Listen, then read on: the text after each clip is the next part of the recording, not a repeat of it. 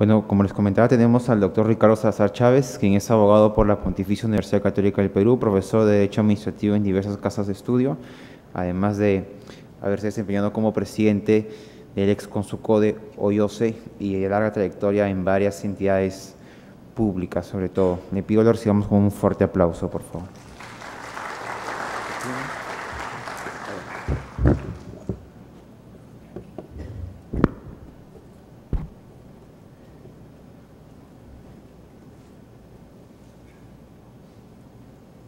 Buenos días. Agradeciendo la invitación y la deferencia de todos ustedes de estar aquí el día de hoy. En primer lugar, felicitarlos por el interés en estos temas.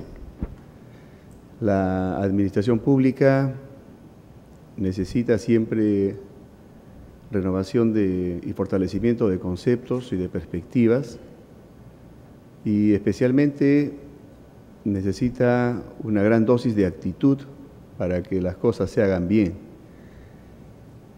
Los aspectos normativos, las soluciones jurídicas, muchas de ellas están ya disponibles y por lo tanto hay que entrenarse, lógicamente, pero un factor clave hoy en gestión pública es trabajar en la actitud de las personas y en el sentido de compromiso de las personas.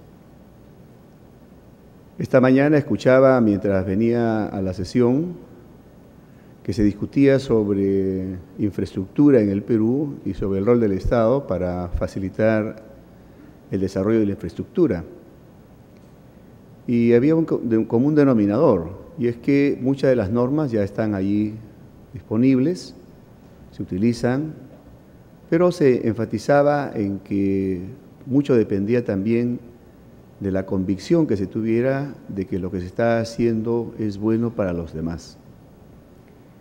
Y este punto de partida me parece relevante porque conforme los estudiosos en materia de recursos humanos han ido investigando, llegan a una conclusión que lo reflejan en algunas lecturas sobre las motivaciones que tienen las personas en su vida, y señalan de manera gráfica 3 motivaciones que debieran estar debidamente equilibradas, pero que no necesariamente ocurre así en cada persona, pero que cada cual, siendo consciente de que estas 3 tipos de motivaciones las tiene, debe también saber en cuál de ellas le falta trabajar más, a efectos de lograr un equilibrio entre estas 3 motivaciones.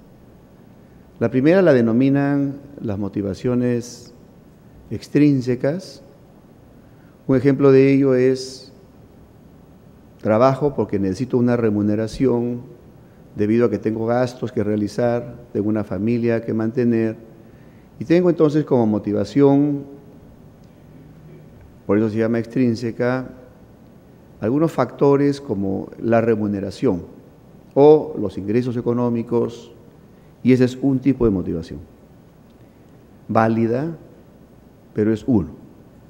La otra la conocen como las motivaciones intrínsecas y que están relacionadas con las habilidades que yo tengo, cuán empoderado me siento de mis habilidades, de mis conocimientos, porque sé que mientras mayores habilidades tenga, puedo hacer mejor las cosas y me siento bien. Esa es una de las razones por las que ustedes están acá, por ejemplo. Quieren ser cada vez mejores profesionales, quieren saber cada vez conocer más para tener mayores habilidades para hacer las cosas. Y también es válido. Y hay una tercera motivación que se conocen como las motivaciones trascendentes, que consiste en: yo hago las cosas porque con esto ayudo a los demás a ser felices, a que se sientan mejor, a que tengan mejor calidad de vida. Es decir, yo hago sobre la base de que soy consciente que pertenezco a una comunidad familiar, a una comunidad nacional o mundial, hago las cosas también por los demás. Lo ideal es que toda persona tenga estos 3 tipos de motivaciones muy bien desarrollados. porque te permite trabajar para vivir, para mantener a tu familia, te permite estudiar, aprender, tener habilidades o generar habilidades para empoderarte cada vez mejor y hacer mejor las cosas, y también porque te permite aportar a los demás, porque tú formas parte de una comunidad, y así como recibes, también debes dar. Lo ideal en el ámbito de la gestión pública es que los funcionarios públicos y los servidores públicos tengan muy clara la tercera motivación, que sepan muy bien que además de trabajar para vivir, que además de capacitarse para aprender, también tienen que hacer las cosas por los demás. Y eso es lo que esencialmente se tiene que trabajar y se debe reflejar en una clara actitud de los funcionarios y servidores públicos de hacer las cosas bien en función a los demás, en función a la comunidad. Ese sentido de compromiso no es una recomendación de la abuelita, es una obligación también legal, porque ya la legislación sobre ética, por ejemplo, en el Perú, establece esos criterios de manera indubitable y clara, y se espera como parte del perfil de las personas que ingresan al Estado esa vocación, y si no la tienen, que no ingresen. Y si ingresan sin tenerla y a pesar de que se da oportunidad para trabajarla, no la quieren, pues que se vayan. Porque en el sector público es fundamental tener un perfil claro de personas que se necesitan allí. De repente son buenos en otras cosas.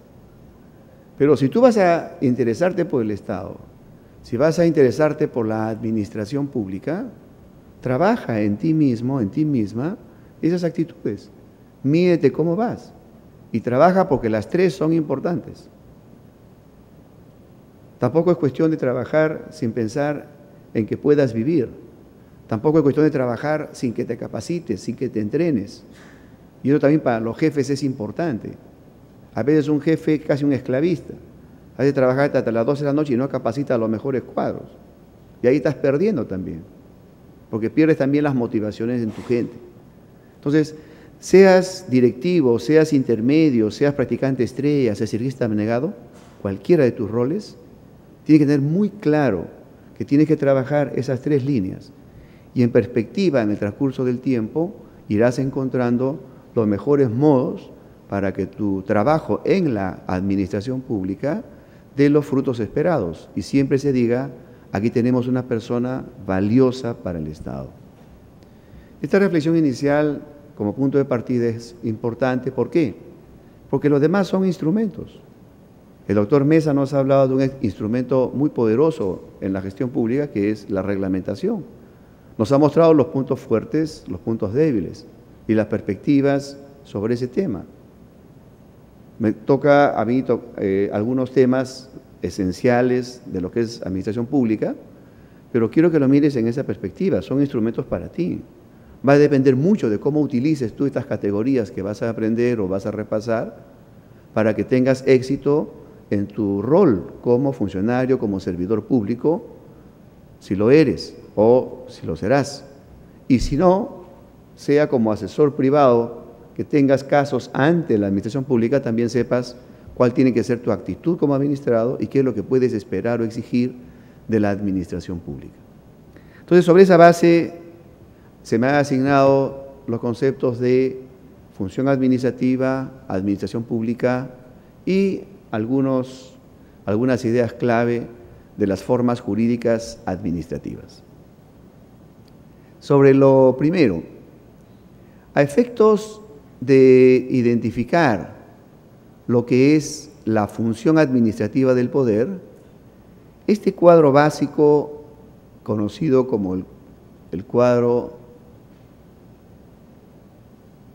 que explica el surgimiento de la sociedad y del poder, que es el del derecho natural, nos va a servir para identificar de manera muy breve a la función administrativa y a cómo se origina esta función del poder.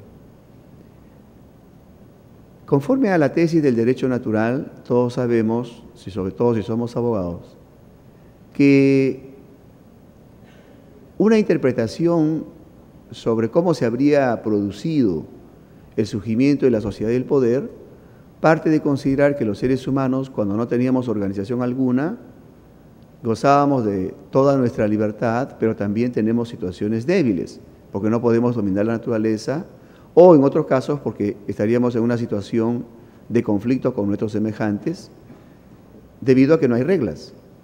Sobre la base de nuestra naturaleza gregaria o de haber llegado a la conclusión racionalmente de que es importante vincularnos por lo mucho que podemos lograr, entonces se habrían celebrado los pactos sociales iniciales, que hoy conocemos como Constitución Política, y que habrían dado lugar al origen de la sociedad como primer efecto, que es un conjunto de vínculos que relacionan a quienes incorporan a esa comunidad y que tiene un propósito claro, que es hacer realidad un conjunto de valores y metas programáticos que se pretende conseguir conforme se tengan las posibilidades. Pero nos comprometemos a que si tenemos las posibilidades, se tiene que hacer. El otro efecto es que cada una de las personas que se incorpora a la comunidad y que tiene el 100% de su libertad inicial, teóricamente, renuncia a una cuota de esa libertad. Cada cual, por incorporarse a la comunidad, ya no va a poder hacer determinadas cosas de manera directa, sino otros tendrán que hacerlo por él. Entonces hay una renuncia a una cuota de su libertad y la fusión alegórica de esas cuotas de libertad dan lugar al surgimiento de una fuerza capaz de generar un orden, de activar ese orden en la comunidad, y esa fuerza no es otra cosa que el poder. Entonces, el poder surge sobre la base de la renuncia a las cuotas de libertad de cada cual, por eso se dice que el poder surge del pueblo, y va a tener una finalidad clara, que es ayudar a que en la comunidad se hagan realidad esos valores y esas metas programáticas que justifican la existencia de la comunidad misma. En consecuencia, quien ejerza poder en cualquiera de las manifestaciones del poder, necesariamente debe alinear su acción a que al ejercer esa cuota de poder que tiene, ayude a que efectivamente en la comunidad se hagan realidad valores y metas programáticas que justifican la existencia de la comunidad. ¿Dónde las encuentro? En la Constitución Política. Y ahí estarán el valor justicia, solidaridad, desarrollo de infraestructura, defensa de la comunidad, desarrollo de las relaciones familiares o personales, etc. Pues bien, quien ejerza poder tiene que saber en la institución en que trabaja qué valores y metas programáticas justifican la existencia de esa institución. Y por lo tanto, cualquiera fuere el rol dentro de la entidad, sea jefe, intermedio, ¿no?, o jerárquicamente en la línea menor, tiene que alinear su acción al cumplimiento de esa finalidad. Un ejemplo práctico: en el Ministerio de Justicia, todos, desde el señor ministro o señora ministra hasta el practicante estrella y el sesigrista abnegado, seas de logística, seas de jurídicos, de cualquier área, tienes que saber que tu trabajo lo tienes que alinear a hacer realidad el valor justicia en la comunidad. Por lo tanto, todo se tiene que alinear hacia ello. Si trabajas en transportes y comunicaciones, a todo lo que sea la infraestructura de transporte y comunicaciones. Y así, en cualquier entidad, uno tiene que identificar qué metas o valores están vinculados a la existencia de mi entidad y, por lo tanto, mi acción tiene que estar dirigida a lograr que eso sea posible. El poder se manifiesta a través de propósitos, cada uno de los cuales lleva a lo que se conoce como una función del poder. Y vamos a tener las diversas funciones del poder. La función legislativa, encargada al Congreso de la República, al Consejo de Ministros, a los gobiernos regionales y locales cuando emiten ordenanzas. La función jurisdiccional, encargada al Poder Judicial, a los árbitros, a las comunidades campesinas y nativas, al Consejo de Justicia Militar y Policial. La función administrativa, que es la que nos interesa, que consiste en ejercer el poder para concretar, y se encarga a la administración pública, y un conjunto de funciones especiales que normalmente tienen como propósito equilibrar a las anteriores. la de control de constitucionalidad de las leyes para equilibrar la función legislativa, la del control gubernamental para equilibrar a la función administrativa, la defensa del pueblo para equilibrar a todas las demás cuando están comprometidos los derechos de la persona, y la función electoral, hoy tan de moda en estos temas que hay el día de hoy, que tiene como propósito velar por tus derechos electorales. Entonces, en este cuadro del desarrollo, del surgimiento de la sociedad y del poder, la función administrativa se ubica como una de las manifestaciones del poder. ¿En qué consiste en esta función? En ejercer el poder para concretar. Esa es una gran diferencia con las otras funciones. La función legislativa consiste en emitir normas con naturaleza de ley que tienen como núcleo ser generales, abstractas, impersonales y me dicen qué hacer, qué no hacer o qué está permitido hacer.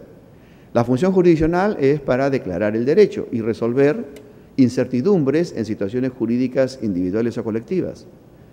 Pero ninguna de ellas concreta, es decir, ninguna de ellas aplica y hace realidad lo establecido a través de la función legislativa o jurisdiccional. Va a ser a través de la función administrativa que muchas de las decisiones legislativas o jurisdiccionales se van a hacer realidad. E incluso muchas de lo establecido a través de las funciones especiales será realidad. Por eso es que el escenario natural de la función administrativa es la realidad misma, es lo concreto, la vida cotidiana. Alegóricamente, si dentro de 5.000 años, un poco más, 35.000 años, vinieran los arqueólogos de entonces y encontraran solamente en el Perú nuestros huesitos y nuestras leyes, leerían las leyes y dirían, ¿qué sociedad para más feliz? ¿Cómo se querían? ¿Cómo se cuidaban? ¿Qué tal nivel de solidaridad? Impresionante, me habría encantado vivir en esa época. Nuestros huesitos se moverían y dirían, si supieras. ¿Por qué? Porque la concreción es distinto a lo diseñado en la ley. El ámbito de la función administrativa es el de las concreciones, donde realmente va a pasar o no va a pasar, va a suceder o no va a suceder lo que se decidió en las leyes, en las sentencias judiciales o en otras funciones del poder. De ahí la tremenda importancia de que quien trabaja con función administrativa sea consciente que va a trabajar en un mundo concreto, que va a tener un conjunto de instrumentos que van a ser las formas jurídicas administrativas, que van a ser los métodos de gestión pública, etcétera, que son instrumentos, pero va a depender mucho de su habilidad, de su actitud, de su compromiso, de las motivaciones a las que me refería al inicio, para que realmente se hagan las cosas.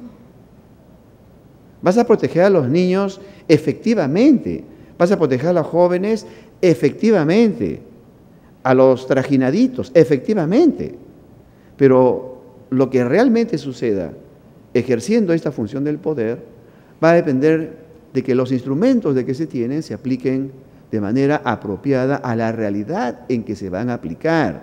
Por eso es muy importante que todo funcionario público que trabaja en la administración pública sea una persona muy enterada de lo que pasa en el medio, que conozca los factores lo más posible a detalle, que sepa trabajar en equipo, que sepa coordinar. ¿Por qué? Porque su actividad va a estar en el lugar de los hechos. Entonces, quien ejerce función administrativa tiene que ser consciente que está ejerciendo poder, una cuota del poder, y que comparte, por lo tanto, esta misión última del poder, que es coadyuvar a hacer realidad lo decidido a nivel de las leyes, lo decidido a nivel de los tribunales jurisdiccionales, etcétera, o de otras funciones del poder, pero que su mundo es el de las concreciones. Y eso resulta fundamental. ¿Y cómo se va a concretar? Se va a concretar a través de diversos instrumentos. Voy a utilizar varios instrumentos, varios medios, o también conocidas como manifestaciones de la función administrativa, que me van a ayudar a concretar. Esas manifestaciones de la función administrativa, ¿cuántas son o cuántas deben ser? Ahí la respuesta es abierta, muchas. ¿Por qué? Porque la realidad es muy variada. Y como es muy variada la realidad, la función administrativa del poder tiene que ser lo suficientemente dúctil para yo diseñar aquellos instrumentos que son apropiados para los aspectos diferentes que me muestra la realidad. Y las soluciones, por lo tanto, serán distintas según lugares, según casos concretos. Por eso es que cada país tiene que ir desarrollando los énfasis, las características de sus diferentes instrumentos jurídicos administrativos a efectos de atender con éxito todos los aspectos de su realidad. Yo no puedo traerme envasados extranjeros y pretender aplicarlos forzando mi realidad. Se van a quebrar, no van a ser suficientes. Yo puedo enterarme de cuánto medio deba ocurrir en el mundo, sí, porque me ahorra tiempos de estar diseñando algo que de repente ya se diseñó. Pero tengo que ser consciente que el segundo factor es que yo adapte esos medios a mi realidad, o que cree medios para mi realidad, o que prevea tendencias en mi realidad para que al ejercerse la función administrativa que me lleva ya al mundo de las concreciones, sea exitosa esa acción. Esto se está extendiendo, porque ya no solamente existe la expresión nacional, es decir, de cada país en los regímenes jurídico-administrativos, sino que también esto está prolongándose hoy ya con el mundo entero. La globalización ya es un hecho y por lo tanto hoy está en proceso de generación cada vez más acelerada y consolidación en su momento de lo que se conoce como el derecho administrativo global. Y habrán instituciones jurídicas administrativas de aplicación global. Habrán procedimientos globales, es decir, trámites que se inician en Perú terminen en China, o que se inician en China, pasan por Francia y terminan en Perú. Eso va a haber. Pero lo que no varía es que la función administrativa tiene un núcleo duro y claro, ejercicio del poder para concretar. ¿Cuántas maneras de concretar? Muchas, porque la realidad es muy variada. ¿Cuántos instrumentos necesitaré? Muchos, cuantos sean necesarios para atender con éxito las exigencias de la realidad cuando yo voy a ejercer la función administrativa del poder. Entonces, con esta perspectiva siempre abierta al cambio, siempre abierta a la evolución, lo que ha ocurrido es que los estudiosos en materia administrativa han ido clasificando las manifestaciones de la función administrativa según ciertas afinidades. Y se han llegado a 5 básicas, que no niega que puedan haber otras, que no niega que puedan surgir otras o que puedan desdoblarse. Y las básicas, que las veremos brevemente, son la reglamentación, a través de los reglamentos, siguiendo los procedimientos reglamentarios, la emisión de declaraciones de efectos individuales, a través de los actos administrativos, siguiendo los procedimientos administrativos, según nuestra ley 27444. Las decisiones de administración interna, a través de los actos de administración interna, siguiendo los procedimientos de administración interna. La contratación administrativa, utilizando el contrato de la administración pública y siguiendo los procedimientos de contratación administrativa. Y la ejecución física, configurando ello los hechos administrativos y siguiendo las técnicas de ejecución o los procedimientos de ejecución.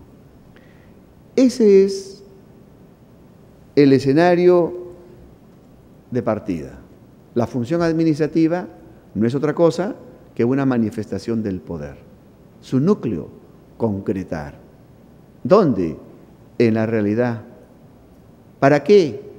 Para ayudar, porque es poder ejercido, a coadyuvar a que en la comunidad, a que en la sociedad, efectivamente se hagan realidad valores y metas programáticas que justifican la existencia de la sociedad.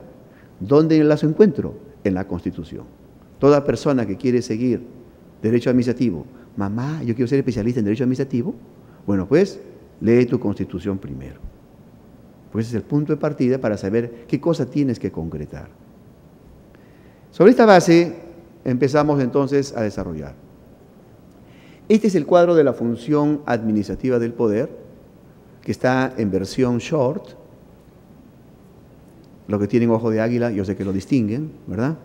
Pero se los voy a decir. La función administrativa, tú la puedes abordar desde varias preguntas. ¿En qué consiste? ¿Cuáles son los instrumentos que utiliza? qué procedimiento sigue y, finalmente, quién la ejerce. Sobre los tres primeros, ¿en qué consiste? Ya dijimos que la función administrativa consiste en ejercer el poder para concretar. Segunda pregunta, ¿qué instrumentos utiliza?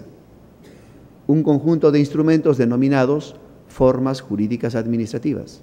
Tercera pregunta, ¿qué vías se siguen para el efecto? Las vías que se siguen se denominan procedimientos de naturaleza administrativa o procedimientos regidos por el derecho administrativo. Desagregando las tres preguntas, cuando tú me dices que la función administrativa consiste en concretar, ejercer el poder para concretar, ¿tiene algunas manifestaciones? Sí. ¿Cuántas tendría? En principio, cuantas sean necesarias para atender la realidad. ¿En cuántas se ha clasificado? Hasta hoy, una clasificación prácticamente uniforme las agrupa en 5. La reglamentación, las declaraciones de efectos individuales, como un permiso para el funcionamiento de una empresa, las decisiones y acciones de organización interna de las entidades en los diferentes sistemas administrativos, planificación, presupuesto, personal, abastecimiento, etc. La contratación administrativa y la ejecución física o material. Son las 5 manifestaciones. A cada una de ellas le va a corresponder un instrumento jurídico y a cada uno de ellos un procedimiento respectivo. Visto en panorama, tendría la siguiente expresión.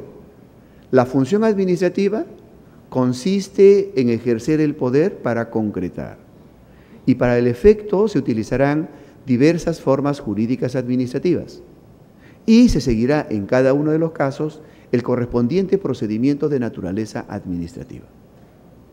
Desagregue, por favor. Ahí va. La función administrativa tiene como primera manifestación la reglamentación, la actividad reglamentaria. Se emite una ley, esa ley se reglamenta. Se emite un reglamento general, a su vez puede ser reglamentado. De segundo nivel también puede ser reglamentado. O sea, podría haber reglamento de la ley, luego reglamento del reglamento, luego reglamento del reglamento del reglamento, luego reglamento del reglamento del reglamento del reglamento. Ningún problema. Es la actividad reglamentaria la que está allí presente. ¿Qué instrumento utiliza? El reglamento. ¿Qué se sigue para el efecto? El procedimiento reglamentario. La segunda manifestación de la función administrativa, las declaraciones que emite una entidad ejerciendo función administrativa, pero esa declaración va a producir efectos en personas concretas, naturales o jurídicas. Por ejemplo, una sanción a una empresa que no cumplió con informar a SUNAT. Ejemplo, la autorización de funcionamiento de un negocio para la empresa con nombre propio tal, o la inscripción de una persona natural en un registro específico. Son declaraciones de efectos individuales. ¿Qué instrumento se utiliza? El acto jurídico, el acto administrativo. El acto administrativo. ¿Y qué procedimiento se sigue? Nuestra ley lo denomina procedimiento administrativo en la 27444. Tercera manifestación de la función administrativa, decisiones y acciones que da una entidad hacia el interior de ella misma, con el propósito de organizarse a efectos de cumplir su labor ya luego hacia afuera del mejor modo posible. Por ejemplo, cuando una entidad planifica, cuando una entidad presupuesta, lo hace para sí. Cuando conduce sus procedimientos contables, de tesorería, de abastecimiento, cuando organiza internamente sus procedimientos de gestión, cuando aprueba su ROF, por ejemplo, o su manual interno de trabajo, o en los temas de personal, igual, cuando se organiza a manera de personal, toma sus decisiones de personal, cuando le dice a Pedrito, Pedrito, mira para allá, perfecto, por tu perfil vas a ir a jurídicos. Es decir, cuando por tu perfil profesional te van asignando, son decisiones hacia el interior de la entidad, para organizarte mejor. La decisión de una entidad de capacitar a su personal, típico, decisión hacia el interior de la entidad. Este conjunto de acciones y decisiones que se da la entidad hacia sí misma a efectos de tener los mejores niveles posibles de eficiencia y de eficacia, tienen un instrumento que se denomina el acto de administración interna. Y se sigue para cada acto de administración interna un procedimiento denominado procedimiento de administración interna. Y lo vas a tener en los diferentes sistemas administrativos. Luego está la contratación administrativa. Y la contratación administrativa va a tener como instrumento al contrato de la administración pública. Y se seguirá, para configurar cada contrato de la administración pública, un procedimiento regido por el derecho administrativo denominado procedimiento contractual administrativo. Y la quinta manifestación de la función administrativa consiste ya en actos físicos apreciables por los sentidos en los que está presente el ejercicio de la función administrativa. El policía cuando dirige el tránsito, el profesor cuando está dictando su clase, el médico de salud cuando está atendiendo a un paciente. Lo que tú ves allí es un suceso apreciable por los sentidos, en los que está presente alguien ejerciendo poder con fines de concreción. El policía estará ejerciendo función administrativa del poder a través de actos concretos que se ubican en la clasificación de las actividades de la administración pública como actividad de policía. El médico estará ejerciendo una cuota de poder con fines de concretar, es decir, función administrativa del poder, en la modalidad actividad de servicio público y específicamente de servicio público de salud. En consecuencia, ya en el nivel de la ejecución física o material, que son manifestaciones muy típicas y muy variadas de función administrativa, ahí se van a configurar el instrumento denominado hecho administrativo. Y para configurar ese hecho administrativo hay técnicas de ejecución y procedimientos normados de ejecución. Técnicas de ejecución, por ejemplo, el policía utiliza el silbato y le enseñan a silbar con el silbato. Técnicas de ejecución. Y procedimientos normados de ejecución. Un pitazo, deténgase. 2 pitazos, pasa. 3 pitazos, apúrate, compadre. Procedimientos normados de ejecución. Pues bien, ese panorama constituye el conjunto de instrumentos y medios que la función administrativa tiene para hacer realidad su misión. Es decir, quien ejerza función administrativa tiene que conocer estos diferentes instrumentos, porque identificando cuál corresponde en cada situación o qué combinación de ellos corresponde para cada situación, pues tiene más probabilidades de éxito para hacer realidad su misión. Sobre esto volveremos brevemente al final. El siguiente concepto viene sobre la base de la pregunta, ¿quién ejerce la función administrativa? Y la respuesta es, la función administrativa es ejercida por la administración pública. Por la administración pública. El concepto de administración pública lo debemos tener muy claro. Para empezar, elimina algunos parecidos. Administración pública no es sinónimo de Estado. No es sinónimo de Estado. En primer lugar, porque no abarca necesariamente a todo el Estado.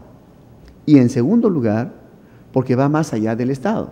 Hay entidades no estatales, personas naturales o jurídicas no estatales, que forman parte de la administración pública.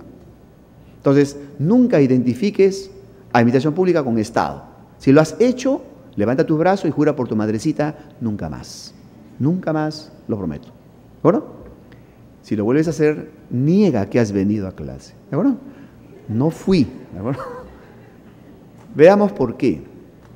Hay un hilo conductor esencial para saber si formas parte de la administración pública. Y es una frase mágica. Lo que haces, eres. Si juegas fútbol, eres futbolista. Si juegas vóley, eres voleibolista. Si juegas squash, no sé cómo se llamará. ¿De acuerdo? Pero lo que haces, eres. Llevemos esto acá.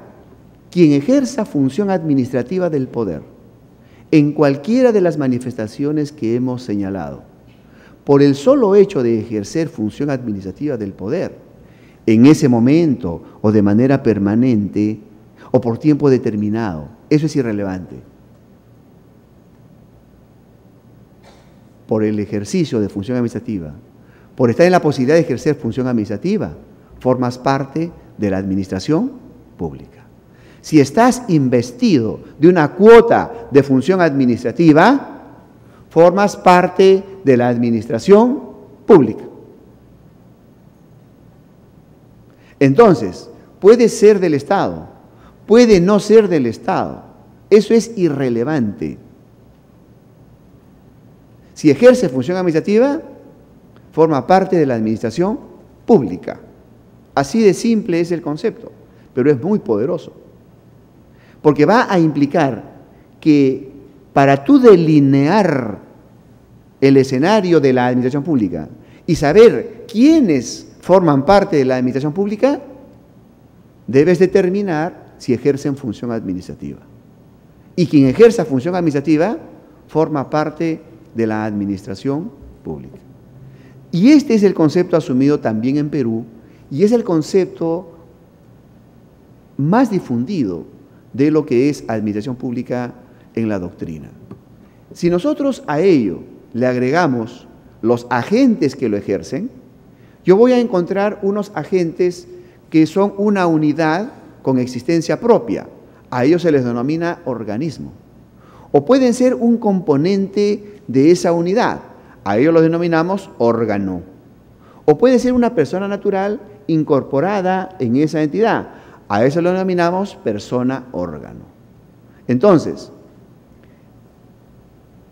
la administración pública será el conjunto de organismos, de órganos y de personas órgano, estatales o no estatales, que ejercen función administrativa del poder. De abajo hacia arriba, quienes ejerzan función administrativa del poder, sean del Estado o no sean del Estado, o sea que yo los mire desde su perspectiva de organismo, de órgano o de persona órgano, todos ellos forman parte de la administración pública. Un gráfico es este. El organismo es una unidad. Esta noción de organismo lo que implica es que hemos acogido de la naturaleza al organismo para poder explicar esta entelequia que hemos creado sobre las categorías de entidades de la administración pública. Entonces hemos dicho lo siguiente: si yo veo un organismo vivo, veré que él es una unidad con existencia propia. Ese organismo vivo de la naturaleza tiene órganos. Lo que hace el órgano, lo hace el organismo. ¿Qué me miras? No te estoy mirando, te mira mi ojo. Mis ojos te están mirando, yo no. No, pues, si me está mirando tus ojos, me estás mirando tú. Lo que hace el órgano, lo hace el organismo. Entonces, esa relación de identidad también se traslada aquí. Y tenemos el siguiente esquema. El organismo de la administración pública es una unidad que tiene existencia propia. Para fines jurídicos, existencia propia implica que tiene personalidad jurídica. Erróneamente se dice personalidad jurídica, es personalidad jurídica. Existencia propia. Luego están los órganos. Los órganos son componentes del organismo. Ellos no tienen personalidad jurídica, no tienen existencia propia. Es como un organismo vivo. El órgano no tiene existencia propia, salvo hayas visto un ojo en la playa. Yo tengo un pata que sí parece un ojo caminando en la playa, pero no es. Sí se le distinguen sus pies. Es decir, no tiene existencia propia. El órgano le debe su existencia al organismo del cual forma parte. Y en el caso de la persona órgano, es una persona natural incorporada como parte de un organismo, como parte de una entidad. La vinculación típica es la laboral o la del CAS, que es casi laboral. Son vinculaciones que te hacen formar parte de. Para fines de corrupción, también se considera a que tenga una vinculación real, efectiva de ejercicio de poder, se lo que forma parte de la entidad. Pero finalmente entonces estamos ante entidades únicas, que serían los organismos, componentes de ellas, que son los órganos, y las personas naturales incorporadas a ellos, denominadas personas órgano. Entonces, voy a tener organismos, órganos y personas órgano, estatales o no estatales, que ejercen función administrativa del poder. Y esa noción es desagregada luego, ya cuando distingo tipos de órganos en una entidad, en órganos de dirección, los que la conducen, en órganos de línea, los que desarrollan las actividades que explican el rol de la institución, los órganos de asesoramiento, que proporcionan insumos, opiniones técnicas, jurídicas, etcétera, que sirven a los demás órganos para la toma de decisiones, los órganos de apoyo, que proporcionan bienes materiales, financieros, personas para el funcionamiento de la entidad, y el órgano de control institucional, que fundamentalmente ejerce control gubernamental, que ya es otra función del poder. Toda entidad pública, entonces, un tema adicional: organismo, órgano o persona órgano, los tres son categorías. A esas tres categorías se las conoce como entidad. O sea, el organismo es una entidad, el órgano también es una entidad, la persona órgano también es una entidad. Entonces, las entidades de la administración pública pueden ser organismos, órganos o personas órgano. Pueden a su vez ser estatales o no estatales. Lo importante es que ejerzan función administrativa del poder. Ese es el escenario para la descripción de la administración pública. Ahora, si yo ingreso ya a los tipos de órganos, encuentro órganos de dirección, de línea, de asesoramiento, de apoyo o de control.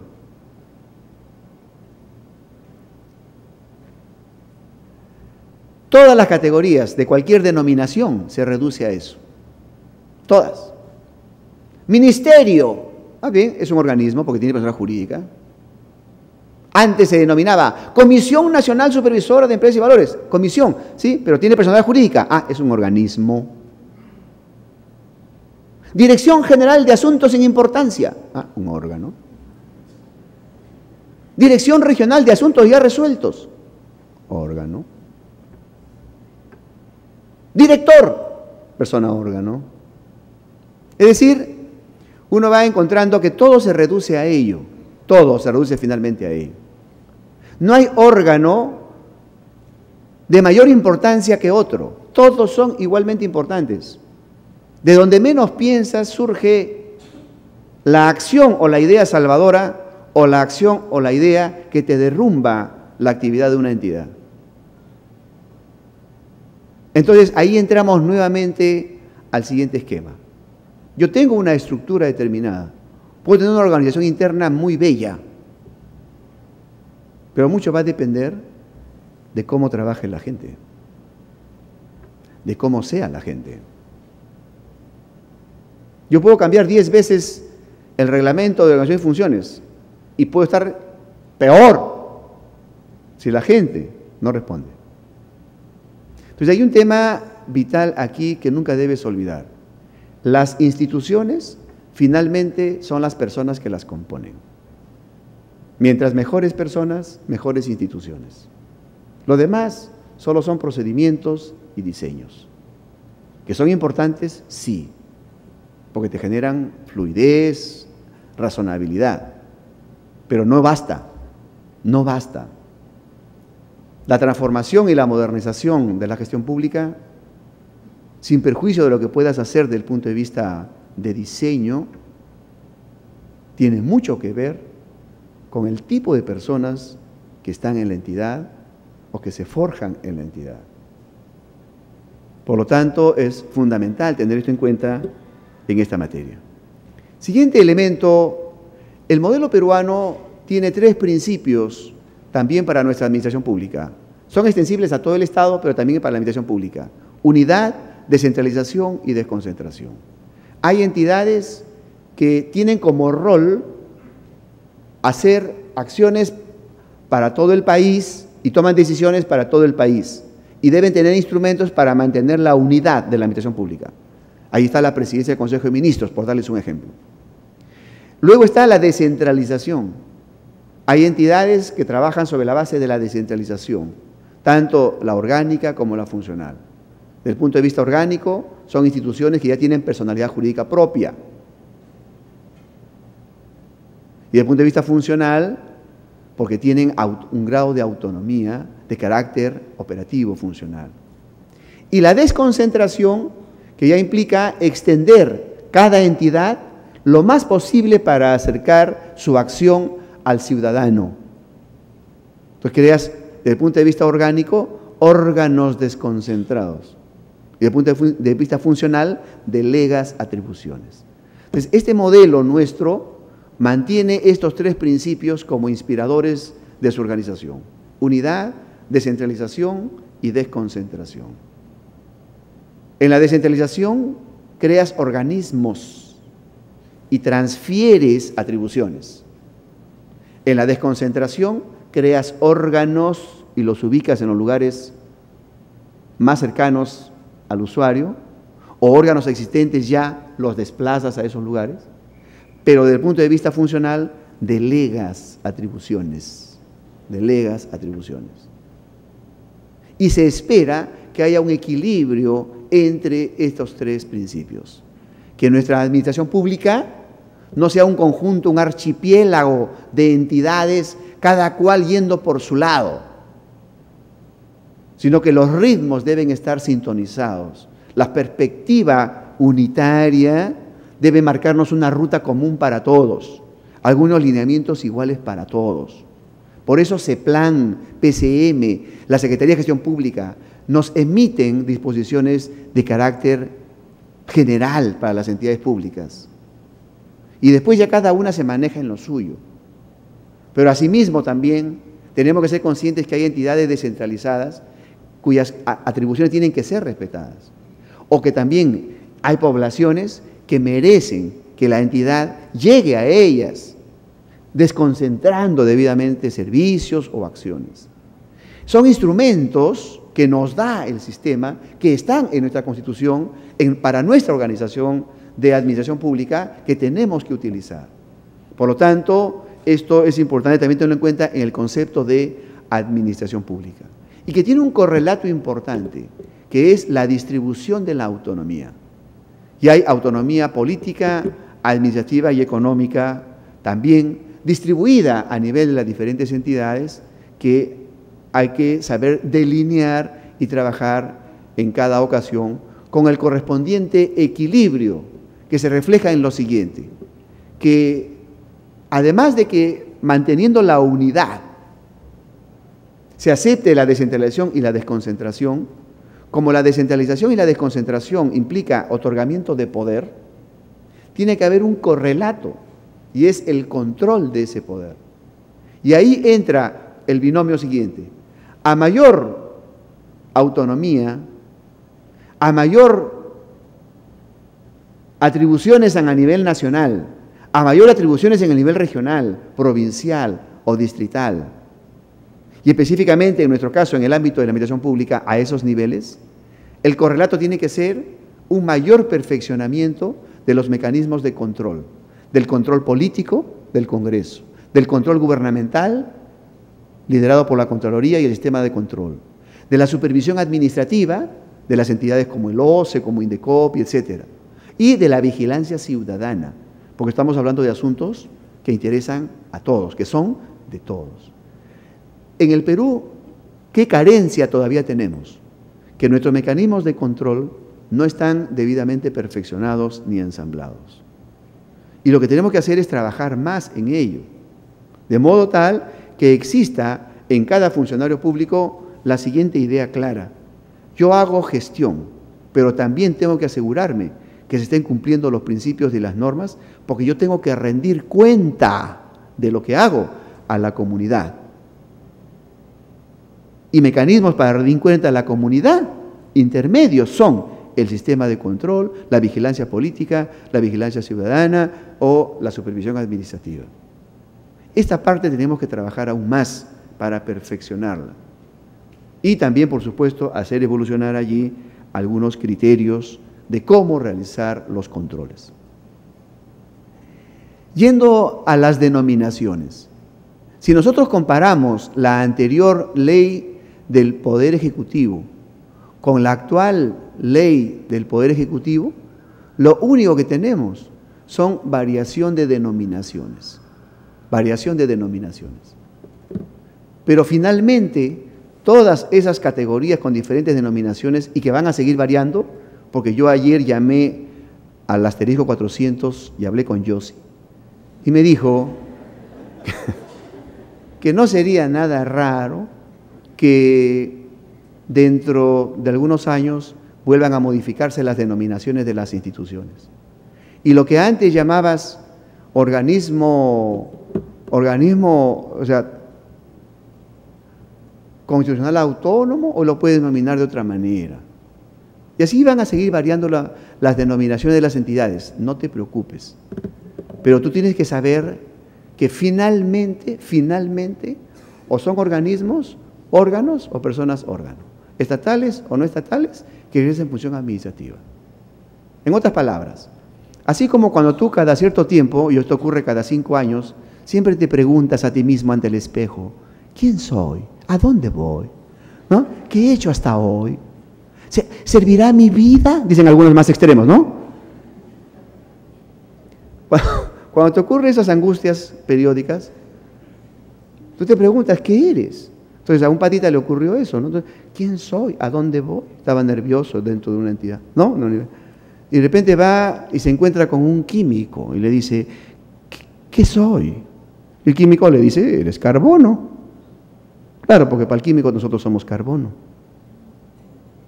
Eso lo angustió más. Y salió por las calles y un cura lo veía venir y ir. Padre, ¿qué soy? Eres un alma descarriada, hijo. Es decir, según te miren, eres una esencia determinada. ¿Cuál es tu esencia? Bueno, pues igualito acá. Se denomina tribunal administrativo. Pues es un órgano más. Hay unos patitas, ¿no? Lo designan vocal de un tribunal. Antes caminaban así jorobados. Vocal. Pedrito, ¿cómo estás? Por favor, dígame, Peter. O sea, cambian. ¿Cómo le bajas el copete? Disculpe, hermano, pero tú eres una persona órgano más de un órgano de línea de este organismo. ¿Qué es eso? Anda a clase. Nada más. Es decir, el cargo no hace a la persona, es al revés. Y eso grábatelo para toda tu vida, porque te puede ocurrir. Grábatelo para toda tu vida. Entonces, aquí es muy importante que te pueden cambiar las denominaciones. En el Perú un tiempo, miren, casi nos americanizamos. Había un grupo de muchachitos, muy inteligentes ellos, pero un poquito desubicados, que postularon y casi en el Perú se cambia la denominación ministerio por secretaría. ¿Por qué? Porque en Estados Unidos se dice secretary. Entonces, como en Estados Unidos hay secretaries, pero mucho roche decirlo en inglés, entonces aquí se llamaría secretaria. Y se estuvo por aprobar. ¿Por qué? ¿Que la palabra ministerio no la entiendes? ¿Que la palabra ministerio es un insulto? ¿La palabra ministerio te dice algo distinto? No. Si te funciona, ¿para qué la vas a cambiar? Yo entiendo cuando hay que cambiar por alguna razón, pero si no, no. Es decir, tú puedes ir variando denominaciones en tanto es razonable. Si no, no. Y la categoría sí la puedes ir reclasificando, no hay problema, en tanto sea funcional a lo que quieres lograr. Porque aquí estás hablando de ejercicio de la función administrativa y que por lo tanto, si es que esa nueva categorización de entidades te permite mayor éxito en el ejercicio de la función administrativa, que tiene como propósito concretar para hacerlo en un escenario concreto y hacerlo bien, en buena hora, cámbialo. Pero si no, no. Sentido común, no se pide más. Entonces, eso es fundamental. Penúltima idea. Aprecien este cuadro, que también está en versión mini. En el lado izquierdo suyo está la desagregación de todo tipo de entidades estatales y también en los dos últimos renglones las no estatales. En el concepto de administración pública que hemos hablado y que es recogido por nuestra ley 27444, administración pública es todo ese conjunto de entidades que ven ahí. Organismos, órganos y personas órgano. Estatales, de cualquiera de los 4 niveles del Estado, nacional, regional, provincial o distrital. Y no estatales, que ejercen función administrativa. Ese es el concepto de administración pública acogido por nuestra legislación general en la Ley de Procedimiento Administrativo General. Y es la noción de administración pública que a nivel doctrinario es la más extendida y aceptada. Y que ya en el Perú ha sido asumida como el concepto base de administración pública. Sin embargo, dos cosas. No confundas administración pública con un término que se utilizaba también antes, poder ejecutivo. ¿Por qué? Porque en el Perú tenemos una ley del poder ejecutivo. Y en esa ley del poder ejecutivo, los integrantes del poder ejecutivo solamente son aquellos organismos, órganos y personas órgano estatales de nivel nacional del Estado. Ya no el nivel regional, ya no el nivel local, provincial o distrital, y tampoco personas no estatales.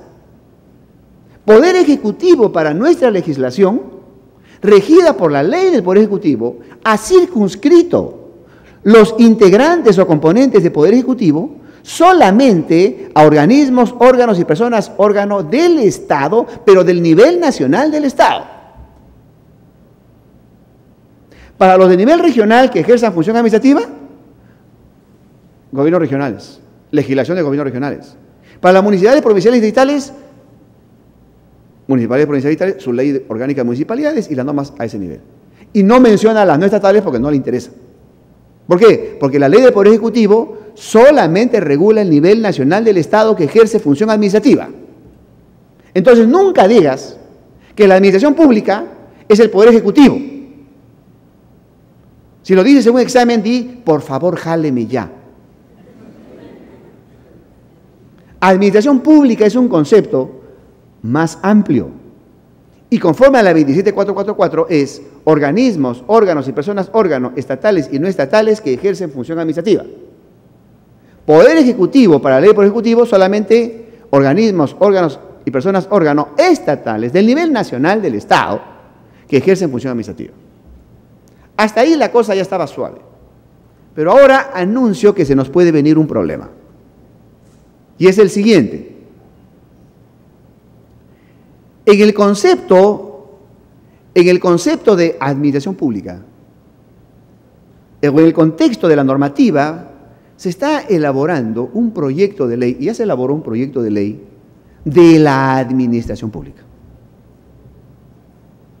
Y ha habido ahí una tremenda discusión, con pataditas bajo la mesa, jalada de corbata, chócala para la salida.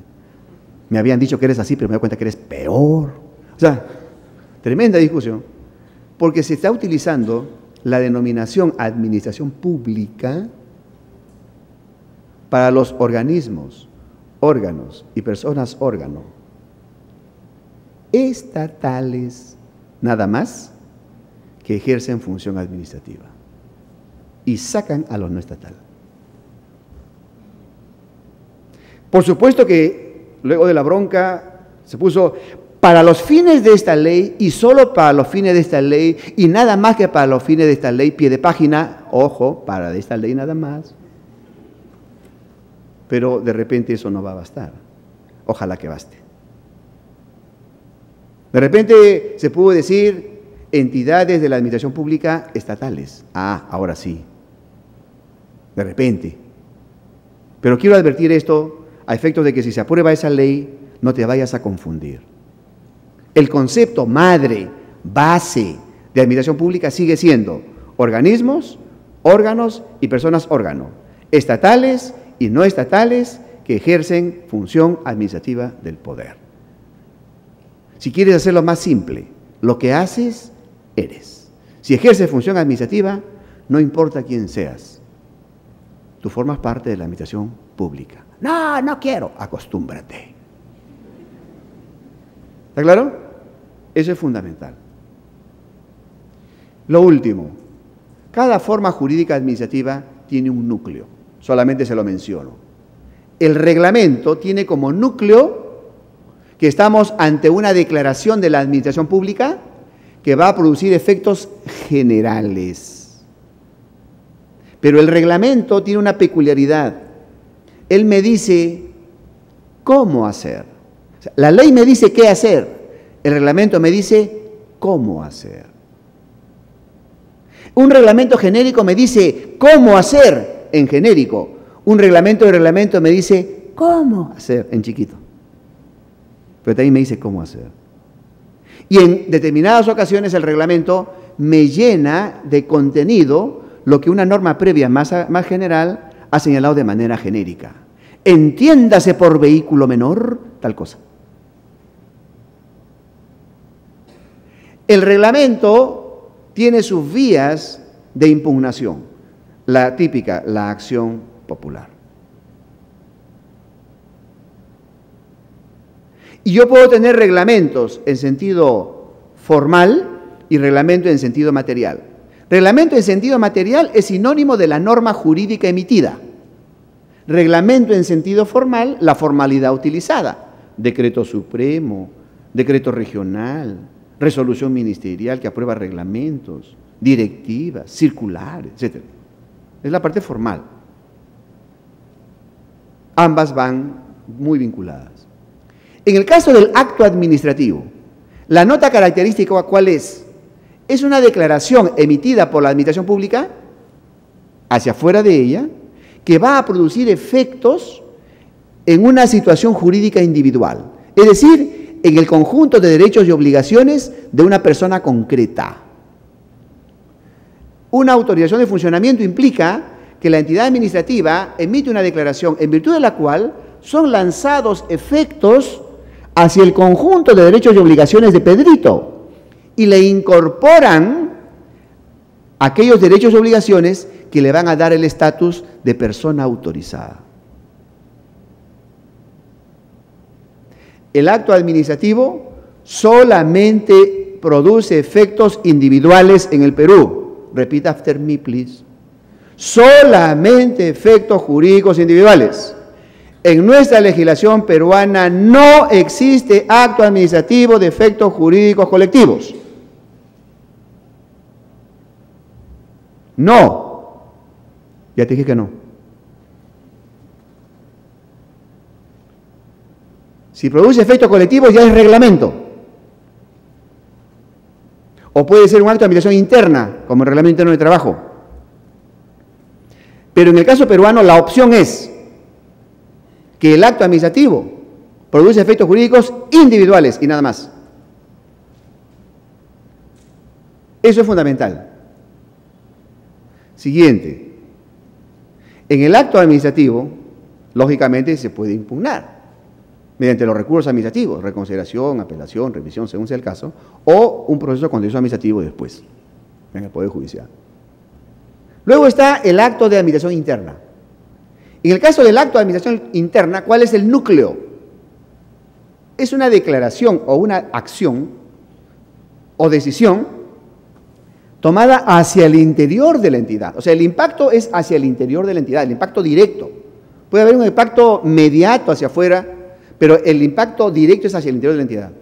Presupuesto para mí, planifico para mí, organizo a mi personal para mí, organizo mis circuitos contables para mí, mi logística para mí, es decir, hacia el interior de la entidad, con el propósito de lograr mejores niveles de eficiencia y eficacia, para estar a punto y cumplir mejor sus funciones después. En consecuencia, el acto de administración interna es hacia adentro de la entidad. Pero tiene una característica importante. Puede tener efectos individuales. Por ejemplo, señorita Jennifer, a partir de mañana usted, que está trabajando en estos momentos en asesoría jurídica, va a trabajar en Secretaría General. Entonces, hay una decisión hacia el interior de la entidad que va de aquí, traslada a una persona, perfecto, pero tiene un efecto individual en esa persona. O puede tener efectos colectivos el acto de administración interna. A partir de mañana todo el personal que hasta ahora viene 8:30 de la mañana, está hasta las 9:15 tomando un cafecito y a las 10 empieza recién. A partir de mañana va a entrar 6:30 de la mañana, cosa que a las 8 ya estén chambeando. Entonces cambia el horario de trabajo. Eso tiene efectos colectivos, pero dentro de la entidad. Entonces el acto de administración interna puede tener efectos colectivos o individuales. El contrato de la administración pública. En el caso del contrato de la administración pública, hay una clave del éxito. Como cualquier contrato, el contrato de la administración pública es un acuerdo de dos o más partes para crear, regular, modificar o extinguir una relación jurídica patrimonial. Hasta ahí, como cualquier contrato. Coma. ¿Cuál es la característica clave? Donde por lo menos una de las partes que celebra ese contrato es una entidad de la administración pública, es decir, una entidad que está ejerciendo función administrativa del poder. Porque desde la perspectiva de la entidad pública, una manera, un instrumento para concretar es utilizar la figura del contrato, pero ella estará ejerciendo allí poder. Por eso es que cuando hay un contrato público, se vincula una entidad ejerciendo poder con un privado ejerciendo su libertad o, segunda posibilidad, una entidad ejerciendo poder con otra entidad ejerciendo poder. Cuando se ejerce poder es el poder para concretar, o sea, función administrativa del poder. Entonces, la figura contrato de la administración pública implicará que como cualquier contrato es acuerdo de dos o más partes, bla, bla, bla, bla, coma, en la cual por lo menos una de las partes que celebra el contrato es una entidad que está ejerciendo función administrativa del poder, es decir, una entidad de la administración pública. Y en el caso de los contratos, a efectos de la invalidación del procedimiento, hay vías, en unos casos administrativas, en otros casos contencioso administrativas, o ya en la parte de ejecución, la de carácter arbitral y de conciliación. Y finalmente el hecho administrativo ya es una acción material, hechos físicos. Uno los aprecia por los sentidos. Al policía o lo miras o lo escuchas. Al profesor en un colegio primario lo estás escuchando, lo estás viendo. A un médico atendiendo. Ahí está él ejerciendo función administrativa del poder mediante actos percibibles por los sentidos, en lo que está presente esa función del poder. En unos casos en la modalidad policía, actividad de policía, en otros casos en la modalidad actividad de servicio público de educación, de actividad de servicio público de salud, etc. Pero de que está ejerciendo función administrativa es indubitable. Y ese es el caso del hecho administrativo. También los hechos administrativos, en determinadas circunstancias, pueden ser impugnados. O sus efectos también pueden ser objeto de compensación de poder. Lo importante es que estas diferentes figuras administrativas son instrumentos que uno utiliza. Y la combinación de estos instrumentos será la fuente de tu éxito. Un administrador público tiene que conocer muy bien las dimensiones y los alcances de estos diferentes instrumentos, saber la realidad que va a atender, conocerla bien y poder decidir cuál es la combinación, mismo Gastón Acurio, más adecuada para este tipo de realidad, para esta realidad, para esta realidad. Porque como dijimos, y con esto termino, la función administrativa finalmente implica ejercicio del poder con fines de concreción. Su escenario, la realidad concreta, vivida cotidianamente. Muy bien, muchas gracias por su atención.